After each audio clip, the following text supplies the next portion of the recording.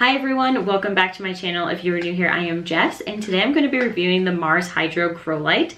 So MarsHydro was kind enough to send me this product to kind of test out, give my honest opinions of, and so that's what I'm going to be sharing with you today. So like I said, this is the MarsHydro Grow Light. This is the TS600 Grow Light. It is a full spectrum grow light with 90 watts, and at its main core it covers 1.5 feet by 1.5 feet, and then with maximum coverage for 2 by 2 feet. And so I'm going to be talking a little bit more about this today and kind of my experience with it, some concerns I have, and also what I kind of liked. So when you go to make a grow light purchase, you can have an informed decision. So first off, this is a high efficiency white LED light, which is great. It is full spectrum, and my plants did well underneath of them. I wouldn't say I noticed much of a difference between how my plants performed under this one versus how they perform under my other grow lights. I would have to probably do a more thorough actual experiment with that to see if there was a true difference made, and a lot can kind of go into those experiments. But you know, if you grow most of your plants indoor, a grow light's a grow light, and you kind of just base which one you want off of what it looks like, how it's going to perform for you, and I mean, there has to be a basic level of standard that it actually will help grow your plants, but I didn't necessarily notice too much of a difference in growth for the plants that I put underneath of this. So on the MarsHydro website, when it is discussing this grow light, it does say that it saves up to 50% energy than other LED grow lights, which is great. The packaging that I came in was good. I think you guys saw me do an unboxing of it. I'll include a video down below. Nothing too bizarre there. The other thing is that this grow light claims that it is 90% light energy that can be absorbed by plants, which is incredible. And it's a very intense light, which I'll show you here in just a second. On their website of this grow light, they claim that it's a sun-like full spectrum, and when they say sun-like, they are not kidding. This light about knocked me on my butt the first time that I plugged it in because it was so bright. But that's kind of the basic rundown of this. Like I said, I didn't necessarily notice much of a change in my plants if they performed better underneath this light, but it did do well, and the plants that I put under here grew just as effectively as the other ones did. Now, I do want to kind of go into some safety concerns that I had with this light. I had to, when I first plugged it in and I was trying to figure out where in my office to initially put it to kind of run my experiment with it in the test run, I quickly realized that I don't think my office was the right setup for it. So I actually had to go place it down in our spare room, and I had to make a pulley system, which it does come with these little pulleys here and ways to hang it up. But my biggest concern that I quickly realized was heat.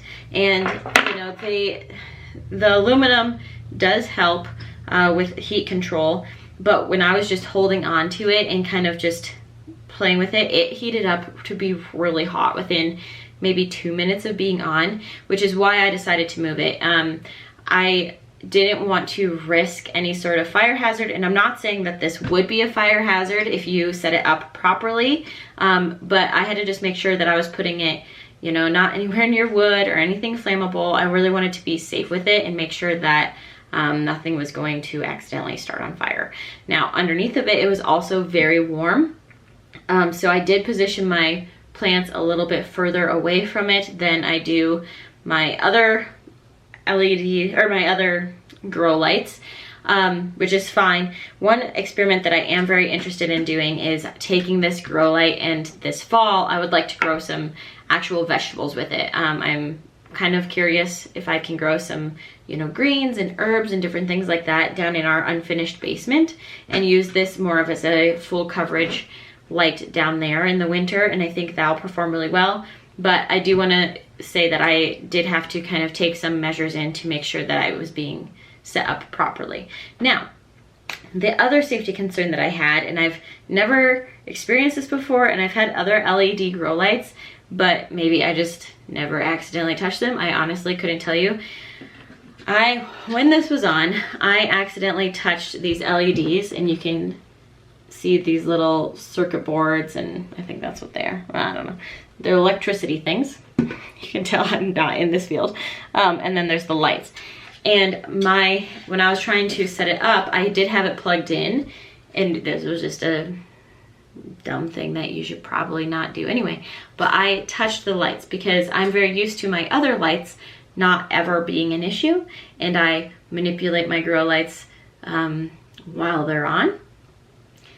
And I touched this, and it like electrocuted me pretty much. Like, I'm not gonna try to be dramatic because it wasn't that bad, but there was definitely a bolt that I felt all the way up to my shoulder. It wasn't just a soft little shock, it was a jolt.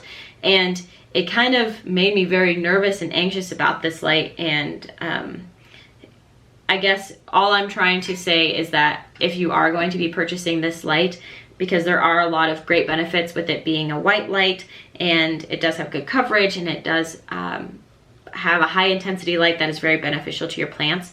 I just want to make sure that you have all of the understandings that you'd need in order to make sure that you're being the safest as possible. So avoid touching these lights. Everywhere over here is safe, but don't touch the other side. I'm sure it's just a good rule of thumb in general with grow lights. I just have never experienced where it was ever a safety concern, and obviously I'm fine, but just something to keep in mind because it was a little bit scary. So now that we've kind of covered the safety concerns, I'm gonna turn this on for you because this is a beast of a grow light. You ready? I'm almost never ready for it when it turns on. I'm trying to be careful. I almost touched the bottom again. But anyway, this is what it looks like. We're going to set this down carefully and shut this off. So it is a bright light, you guys. If you want something that will make you feel like it is the middle of summer, in the middle of winter, that is the light for you. Like I said, I almost touched the lights again right after I talked about how I electrocuted myself last time. So just be careful because it's very easy to wrap your fingers around that bottom and accidentally touch the lights. So a few things that I do really like about this light that I kind of mentioned is that I do like how intense the light is.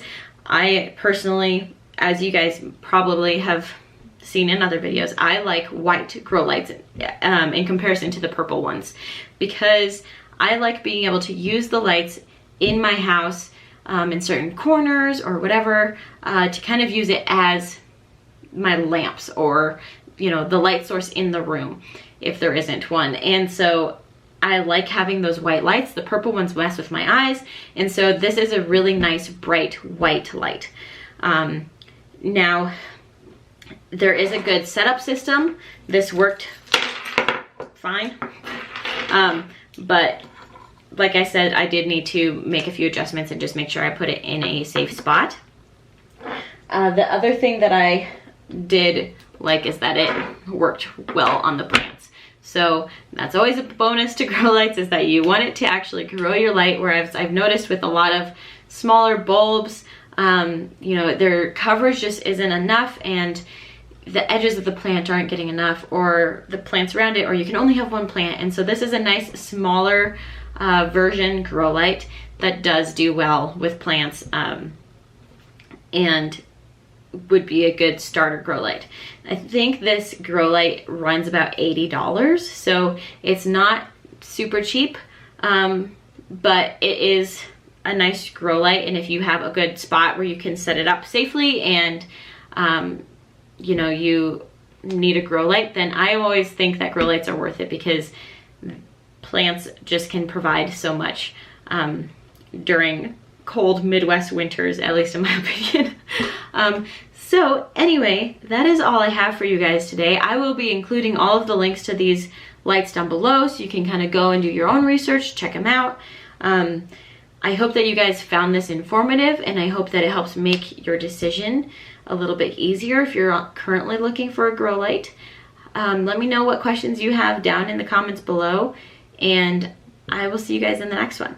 Bye.